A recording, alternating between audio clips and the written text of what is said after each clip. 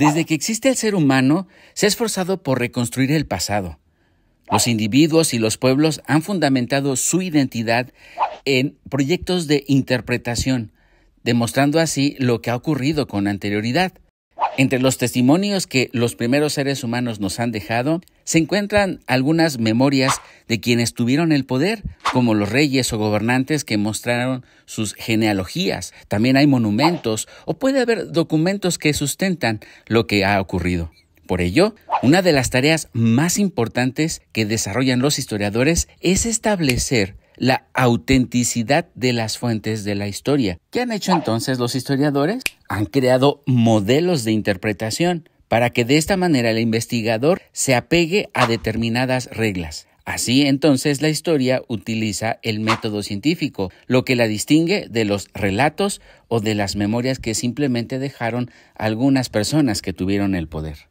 A partir del siglo XIX es cuando empiezan a surgir y a consolidarse teorías científicas para analizar el pasado. Existen varios modelos de interpretación que también se les conoce como corrientes históricas, como por ejemplo la escuela positivista, la historicista, la marxista y la escuela de los anales. ¿Pero por qué es importante entenderlas? Bueno, pensemos en el siguiente ejemplo. En su novela Crónica de una muerte anunciada, Gabriel García Márquez reconstruye una historia a través de un testigo que narra su versión de los hechos. En esta novela hay también personajes y testigos cuyas versiones a veces coinciden, pero otras se contradicen, dándole importancia o negándosela al día o a la hora en que ocurrió el incidente, o si estaba nublado o soleado en el momento exacto del suceso, o si el protagonista era joven o adulto, si estaba nervioso o no. Por ello es importante entender estas corrientes históricas, pero en esta ocasión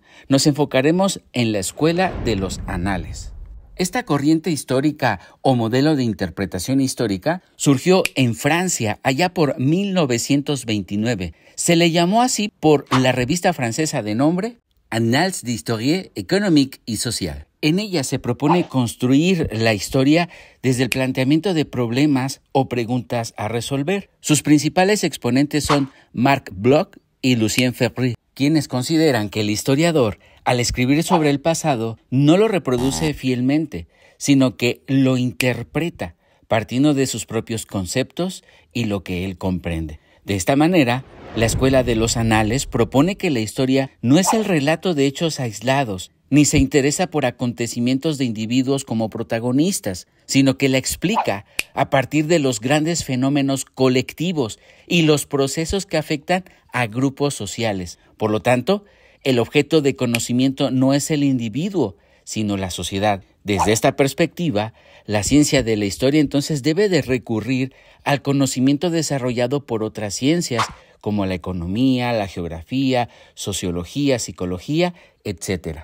Por lo tanto, le dan importancia a la vida cotidiana, costumbres, las creencias, los mitos y las prácticas sociales. Como ya mencionamos, los historiadores no reproducen el pasado sino lo interpretan, relacionando sus ideas y conceptos con las teorías, realizando su propia versión de la historia, ampliando sus recursos informativos y toman en cuenta cualquier evidencia útil para la investigación. Así, permiten tener una visión general y total de los sucesos.